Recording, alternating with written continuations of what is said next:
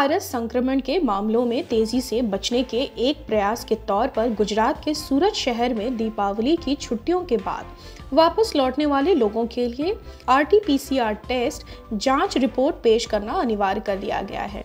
सूरत नगर निगम के एक अधिकारी ने बुधवार को कहा कि जांच सभी के लिए अनिवार्य होगी, भले ही वह वैक्सीन की दोनों खुराक ही क्यों न लगवा चुके हों।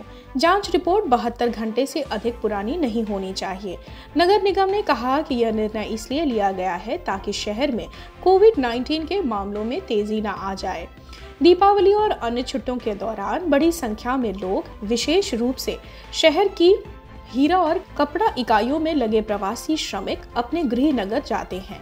नगर निगम के स्वास्थ्य अधिकारी प्रदीप उमरीगर ने कहा कि हम लोगों से छुट्टियों पर अपने घर जाने से पहले इसके टीके की दूसरी खुराक लगवा लेने का अनुरोध भी किया है। वहीं उधर कर्नाटक सरकार ने अंतर्राष्ट्रीय यात्रियों के लिए नए दिशा निर्देश जारी किए हैं। इसके तहत कोरोना वायरस के नए सुपर सीडर वेरिएंट एवाई 4.2 डेल्टा को देखते हुए विदेश से आने वाले यात्रियों के लिए नेगेटिव RT-PCR जांच रिपोर्ट पेश करना अनिवार्य कर दिया गया है। यह वेरिएंट कुछ देशों में फैल रहा है। यात्रियों को ऑनलाइन पोर्टल एयर सुविधा पर यात्रा से पहले अपनी नेगेटिव रिपोर्ट को लेकर एक स्व घोषणा पत्र भी भरना होगा। इसके अलावा थर्मल स्क्रीनिंग के बाद केवल एसिम्प्टोमेटिक यात्रियों को ही यात्रा की अनुमति दी जाएगी।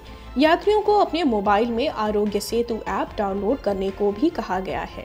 स्क्रीनिंग के दौरान ऐसे लोगों को तुरंत आइसोलेट किया जाएगा और स्वास्थ्य प्रोटोकॉल के अनुसार चिकित्सा सुविधा केंद्र में ले जाया जाएगा, जिनमें बीमारी के लक्षण दिख रहे होंगे। अगर उनकी जांच रिपोर्ट पॉजिटिव आती है तो कॉन्टैक्ट ट्रेसिंग शुरू की जाएगी। दीपावली का त्योहार आ गया है और इस अवसर पर लोग जमकर खरीदारी कर रहे हैं। भीड़ भाड़ से बचने और बड़ी छूट पाने के चक्कर में लोग ऑनलाइन शॉपिंग को बहुत प्रमुखता दे रहे हैं। लोगों के इस मूड को भांपते हुए बड़ी बड़ी कंपनियां भी अपने ग्राहकों को लुभाने के लिए तरह तरह के ऑफर दे रही है। कहीं 1 साल की खरीदी पर 80 से 90% तक की छूट या ऑफर दिया जा रहा है, तो कहीं महंगे इलेक्ट्रॉनिक सामान खरीदने के लिए 0 ब्याज दर पर कर्ज देने का ऑफर दिया जा रहा है। लेकिन ऐसे किसी भी बम्पर ऑफर पर क्लिक करते समय ग्राहकों को बेहद सावधान रहना चाहिए, क्योंकि हो सकता है कि बिल्कुल असली जैसा दिखने वाला ऑफर कोई फिशिंग लिंक हो या इस पर क्लिक करते ही आपके बैंक खाते से मेहनत की कमाई गायब हो जाए। दरअसल अब ग्राहकों को लूटने के लिए धोखेबाजों ने ऐसे नए तरीके इस्तेमाल करने शुरू कर दिए हैं, जिनसे असली नकली की पहचान करना भी मुश्किल हो गया है। कई बार फर्जीवाड़ा करने के लिए असली कंपनी के रूप, रंग और डिजाइन की हूबहू वेबसाइट भी बना दी जाती है। इन पर क्लिक करते ही आपको सारी गोपनीय जानकारी धोखेबाजों तक पहुंच जाती है। ऐसे में किसी भी ऑफर पर क्लिक करने से पहले बहुत सावधानी बरतनी चाहिए। इस बारे में जानकारी देते हुए अधिकारी ने बताया कि ज्यादातर कंपनियां अपनी योजनाओं की जानकारी अपनी वेबसाइट पर भी अवश्य देती है, इसलिए किसी ऑफर की जानकारी लेने के लिए कंपनी की वेबसाइट भी चेक कर लेनी चाहिए। किसी कंपनी के ऑफर के बारे में पता करने के लिए उसके कस्टमर केयर पर फोन करना भी अच्छा विकल्प होता है। लेकिन ध्यान रखें कि किसी कंपनी के कस्टमर केयर का नंबर आप गूगल पर खोजने से बचें, क्योंकि ज़्यादातर मामलों में ऐसे फ्रॉड करने वाले गूगल पर फर्जी कस्टमर केयर नंबर डाल देते हैं। इस नंबर पर आपको वही फर्जी कहानी सुनाई जा सकती है जो लोगों को लूटने के लिए बनाई गई हो। ऐसे में कोशिश करें कि असली नंबर का पता करने के लिए कई सोर्सों पर निर्भर रहें। एक सोर्स से नंबर लेकर उसे किसी अन्य सोर्स से क्रॉस चेक अवश्य कर लें। केंद्रीय नागरिक उड्डयन मंत्री ज्योतिरादित्य एन सिंधिया ने बुधवार को कहा कि उनके मंत्रालय ने कृषि उड़ान 2 योजना शुरू की है। दूर दराज के इलाकों में प्रवेश करने के लिए और विशेष रूप से खराब होने वाली वस्तुओं के लिए उचित दाम देने के लिए योजना शुरू की गई है। साथ ही सिंधिया ने कहा कि सरकार किसानों की आय दोगुना करने के लिए प्रतिबद्ध है। किसानों की आय दोगुनी करने का मतलब न केवल उपज के लिए बाजार में मूल्य बढ़ाना है, बल्कि इसका मतलब किसानों के लिए एक आदर्श बदलाव भी करना है। उन्होंने कहा, हमने बेबी कॉर्न के लिए अमृतसर, दुबई, लीची के लिए Darbhanga all India, organic products के लिए Sikkim all India, sea food के लिए चेन्नई विज कोलकाता से सुदूर पूर्व अनानास के लिए, अगरतला दिल्ली दुबई, मंदारनी संतरे के लिए, डिब्रूगढ़ दिल्ली दुबई और दालों और फलों के लिए गुवाहाटी HK को चिन्हित किया है। वहीं नागरिक उड्डयन मंत्री ज्योतिरादित्य सिंधिया ने कहा कि 8 सरकारी मंत्रालय कृषि उड़ान योजना पर एक साथ काम करते हैं। हम किसानों को मूल्य श्रृंखला में आगे ले जाने और उनकी आय बढ़ाने और उन्हें अपनी उपज, विशेष रूप से खराब होने वाली उपज को समय पर बाजार तक ले जाने में सक्षम बनाने के लिए प्रतिबद्ध हैं। रावण को पराजित करने और वनवास के 14 साल पूरे करने के बाद जब श्री राम अयोध्या वापस आए थे तो अयोध्या वासियों ने उनके स्वागत में घी के दिए जलाए थे। यही परंपरा तब से चली आ रही है और दिवाली के दिन हर हिंदू परिवार के घर घर में सजावट होती है, पूजा होती है, पकवान बनते हैं और जश्न जैसा माहौल रहता है। लेकिन इस बार आम आदमी के लिए यह जश्न फीका हो सकता है। इस बार घी के दिए जलाना तो दूर की बात है, आम आदमी के लिए रसोई गैस जलाना भी महंगा पड़ सकता है। दरअसल दीपावली से पहले LPG सिलेंडर की कीमतों में इजाफा किया जा सकता है।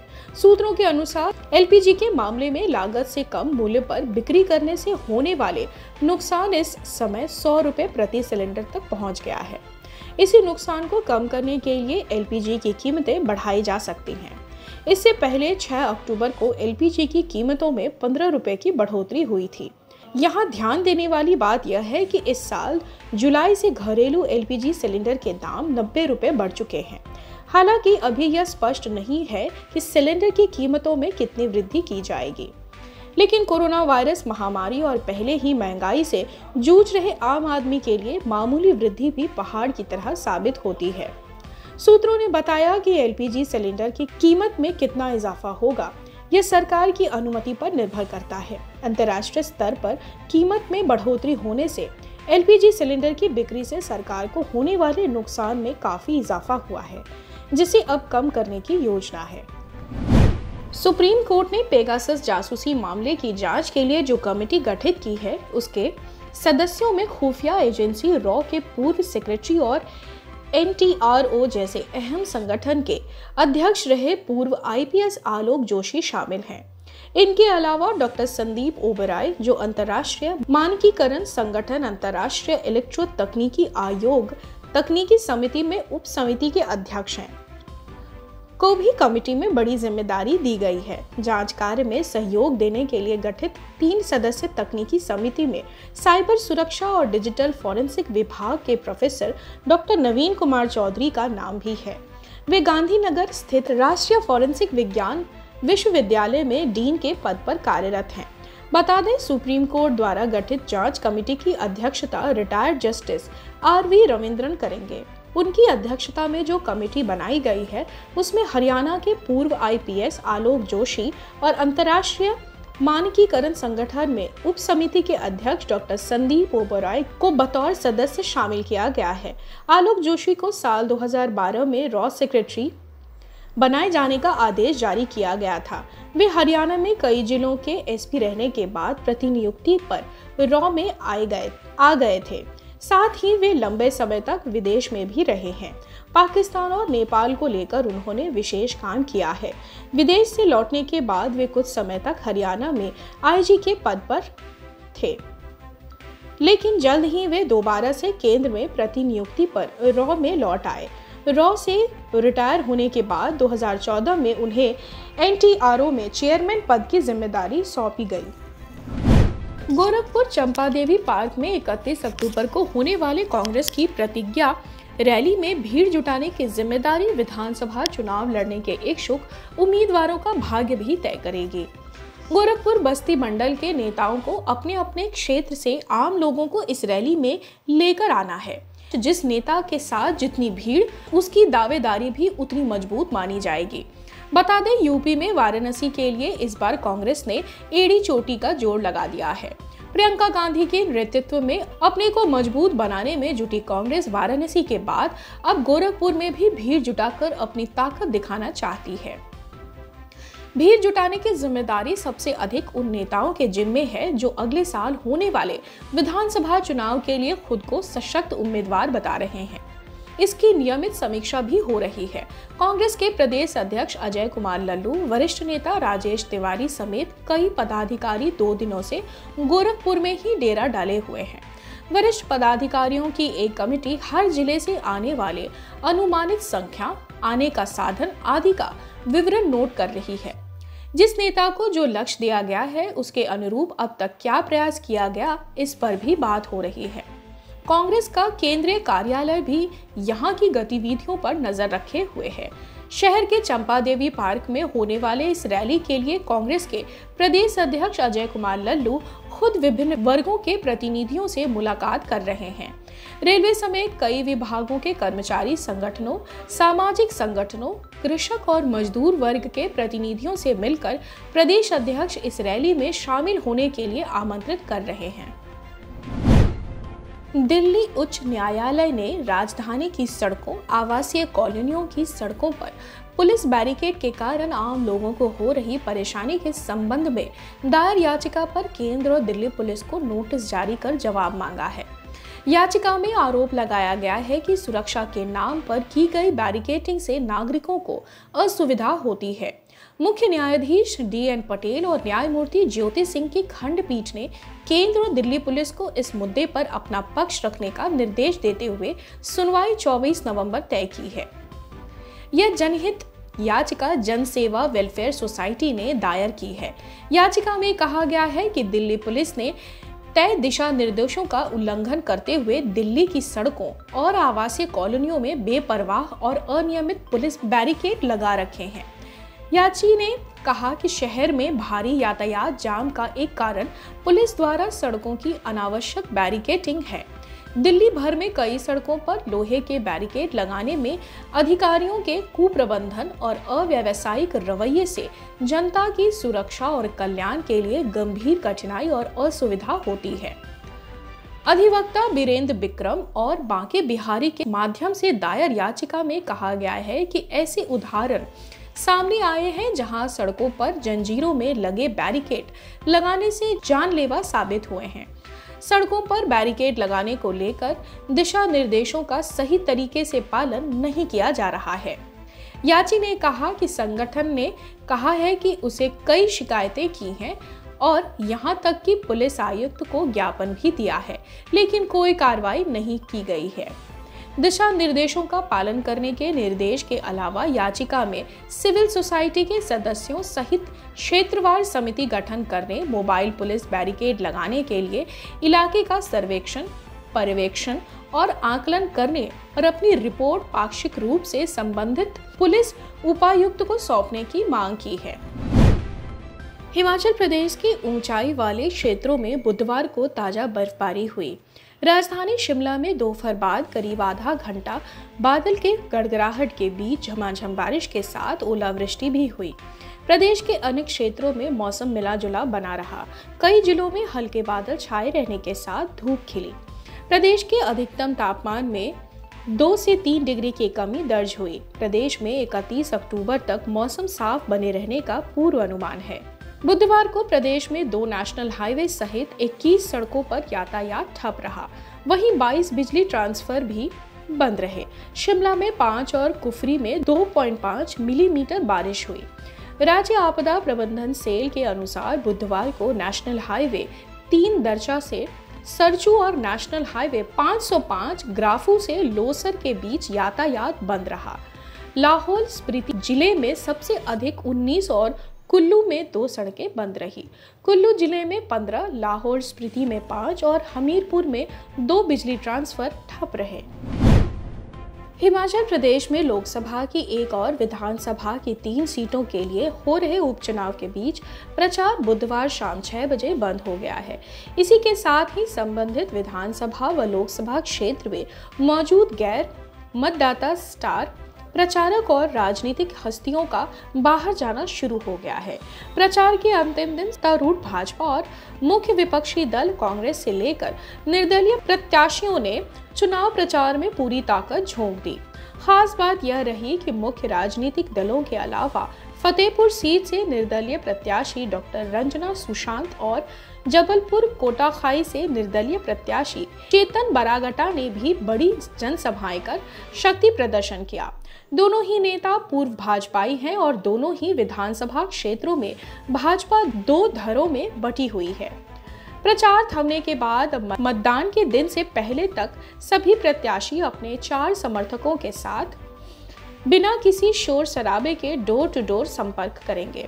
उधर सैटेलाइट प्रचार के 72 घंटे के दौरान मतदाताओं को किसी भी तरह के प्रलोभन या भय के जरिए प्रभावित करने की कोशिश पर अंकुश लगाने के लिए मुख्य निर्वाचन अधिकारी पाल रासू ने भी चुनाव वाले जिलों के उपायुक्त, पुलिस अधीक्षकों और रिटर्निंग अधिकारियों के अलावा ऑब्जर्वर को विशेष निगरानी करने और सतर्कता बरतने के निर्देश दिए हैं। वहीं चुनावी इंतजामों को लेकर बुधवार को मुख्य सचिव राम सुभग सिंह की अध्यक्षता में रिपांगों में समीक्षा बैठक आयोजित की गई।